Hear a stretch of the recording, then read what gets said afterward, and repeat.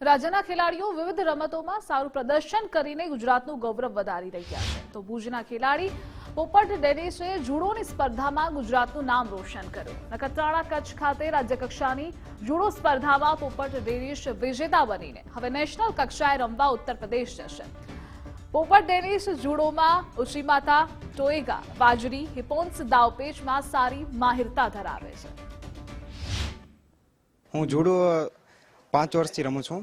અત્યારે હાલમાં ઇન્ટર યુનિવર્સિટીની જે ગેમ્સ હતી એમાં અત્યારે હું ઉત્તર પ્રદેશ જવાનો છું.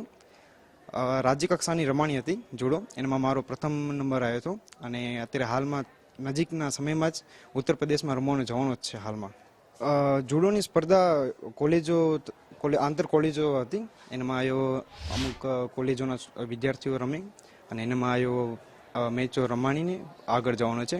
જુડોની વાત કરીએ તો ખાસ કરીને પોપટ ડેનિસ અમારો વિદ્યાર્થી જે હમણાં જ એનું સિલેક્શન થયું રાજ્ય કક્ષામાં અને નેશનલમાં રમવા જવાનો છે.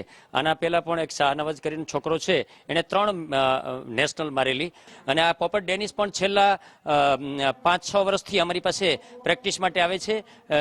સાંજના પણ અમે 4 વાગે વિદ્યાર્થીને બોલાવીને રાતના 9 વાગ્યા સુધી પ્રેક્ટિસ કરાવીએ છીએ, જેને પરિણામે સીધા આ વિદ્યાર્થીઓ અને એને નેશનલની અંદર પણ સારું પરફોર્મન્સ બતાવે છે.